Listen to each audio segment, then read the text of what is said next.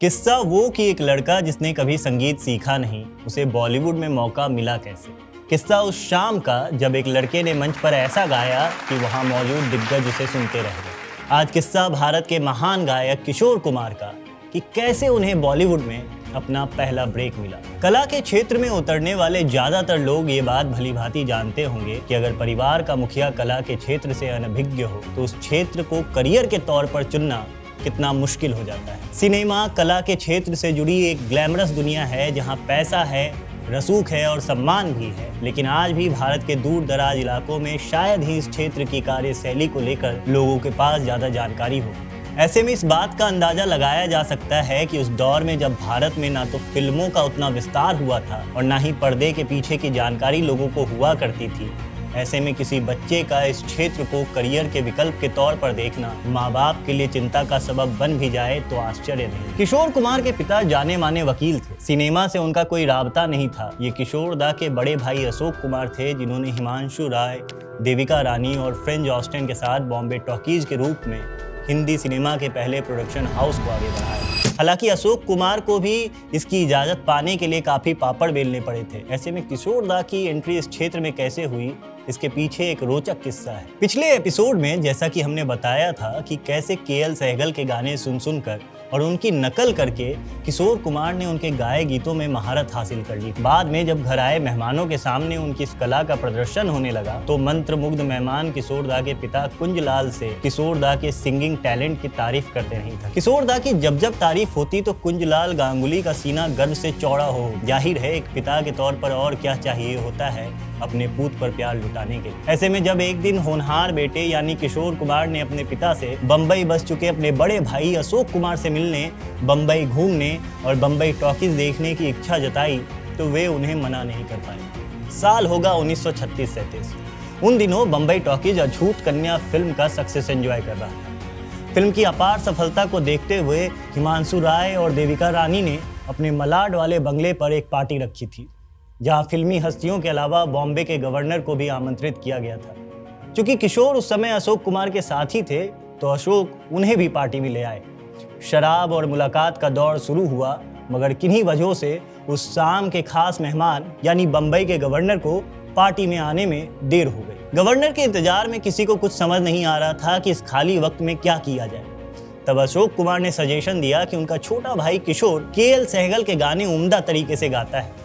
ऐसे में जब तक गवर्नर नहीं आते हैं तब तक क्यों ना मनोरंजन के लिए किशोर से ही कुछ गाने सुन लिए जाए। शुरू में यह आइडिया किसी को कुछ खास पसंद नहीं आया। एक बच्चा कितना ही अच्छा गा सकता है, इस सोच के साथ थोड़ी नानुकुर भी हुई, लेकिन पार्टी के मेहमानों की बोरियत ने किशोर का पल्ला भारी कर दिया और खाली समय में मनोरंजन की आस में सब ने हामी भर दी। किशोर मंच पर आए और उन्होंने केएल सहगल का पहला गाना गाया, फिर दूसरा, फिर तीसरा, फिर और उसके बाद एक और। किशोर के गानों ने ऐसा समा बांधा कि इन सब के बीच कब गवर्नर आए किसी को पता ही नहीं चला।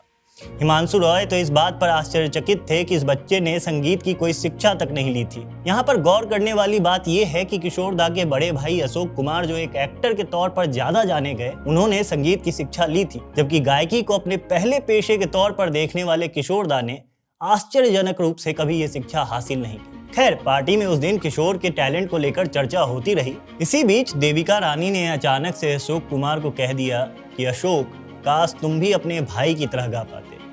अशोक कुमार इस बात पर काफी शर्मिंदा हुए, लेकिन ये बात आई गई हो गई। इसी पार्टी में अछूत कन्या में संगीत देने वाली भारत की पहली महिला संगीतकार और अछूत कन्या फिल्म का सबसे मशहूर गाना मैं बन के चिड़िया गाने वाली सरस्वती देवी भी मौजूद थी। सरस्वती देवी को किशोर दा की गायकी ने काफी प्रभावित किया। उन्होंने अशोक कुमार से कहा कि क्यों ना वे अपने छोटे भाई किशोर को उनके म्यूजिकल रूम में भेजना शुरू करें, क्योंकि वे चाहती हैं कि किशोर उनके लिए फिल्मों में गाना गाएं। इस बात पर अशोक कुमार ने उन्हें यह कहकर मना कर दिया कि कुंजलाल गांगुली यानी उनके पिता ने अभी तक उनके एक्टर बनने को तो ठीक से एक्सेप्ट नहीं किया है। ऐसे में अगर उन्हें पता चला कि अशोक किशोर दा को पढ़ाई पर से ध्यान हटवा कर उन्हें गायकी के पेशे की तरफ ढकेल रहे हैं तो वे उन दोनों भाइयों का क्या हाल करेंगे भगवान भी नहीं जानते। मगर ये बात काफ़ी कम लोगों को पता है कि बाद में एक इंटरव्यू में सरस्वती देवी ने बताया था कि उन्होंने अशोक कुमार के मना करने के बावजूद भी किशोर कुमार से एक फिल्म में गाना गवाया था, लेकिन उन्होंने ये कभी भी नहीं बताया कि वो गाना कौन सा था। ये जानना इसलिए भी मुश्किल था क्योंकि किशोर कुमार को उन्होंने एक लड़की की आवाज़ में गवाया था। शायद ये किशोर कुमार का पहला गाना था, मगर पुख्ता तौर पर यह कह पाना कि किशोर कुमार ने किस फिल्म के लिए पहली बार गाना गाया था। सरस्वती देवी की चुप्पी की वजह से यह एक राज ही रह गया। पहले गाने को लेकर यह संशय और इतनी चुप्पी का माहौल शायद इस वजह से भी बना रह गया हो क्योंकि कहीं ना कहीं इस गाने से जुड़े लोगों के मन के किसी कोने में अशोक कुमार द्वारा कुंजलाल गांगुली का किशोर के फिल्मों में जाने को लेकर होने वाली नाराजगी का जिक्र भी रह गया होगा। ऐसे में हो सकता है कि वे अशोक कुमार के पिता को नाराज करने से बचना चाह रहे हैं। ये राज इसलिए भी राज रह गया क्योंकि किशोर दा के मन मस्तिष्क में सरस्वती देवी के द्वारा गवाए जाने वाले उस गाने को लेकर कोई भी याद नहीं थी। क्योंकि किशोर दा अपनी भूली बिसरी याददाश्त के लिए जाने जाते थे, ऐसे में उनसे ये शिकायत रखना कि उन्हें अपना पहला गाना क्यों याद नहीं, बेईमानी होगी। लेकिन एक मिनट को अगर इन सारी बातों को किनारे कर दें और सिर्फ आधिकारिक डेटा पर ही भरोसा करें तो आप यह मान सकते हैं कि किशोर दा ने अपना पहला सोलो गाना 8 डेज यानी 8 दिन फिल्म में गाया था, जिसका शीर्षक था बाका सिपहिया। यह फिल्म अशोक कुमार ने ही डायरेक्ट की थी, लेकिन किसी वजह से उन्होंने इस फिल्म से अपना नाम एज अ डायरेक्टर वापस ले लिया और उसकी जगह फिल्म के एडिटर दत्ताराम पाई को डायरेक्टर का क्रेडिट दे दिया था।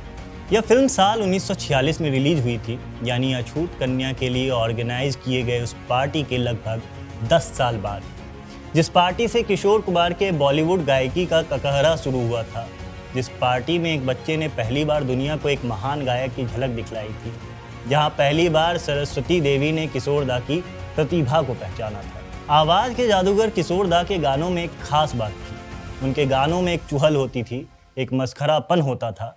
किशोर दा यॉडलिंग भी करते थे, जिसके लिए उन्हें आज भी याद किया जाता है। लेकिन इस यॉडलिंग की प्रेरणा आखिर उन्हें मिली कैसे? क्या किशोर दा ही इस आर्ट फॉर्म के जनक थे या उनसे पहले भी किसी ने यॉडल किया था? ये शब्द यॉडल होता क्या है, सब जानेंगे और क्या जिंदगानी है के अगले एपिसोड।